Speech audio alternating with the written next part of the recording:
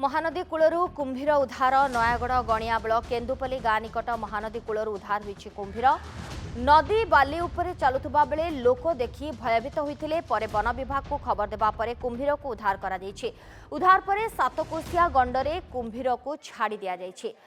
ये चित्र देखुचंती महानदी कूलरू कुंभीर उद्धार होईछि नयागढ़ गणिया ब्लॉक केन्दुपल्ली गाँ निकट महानदी कूलरू उद्धार होईछि एही कुंभीर।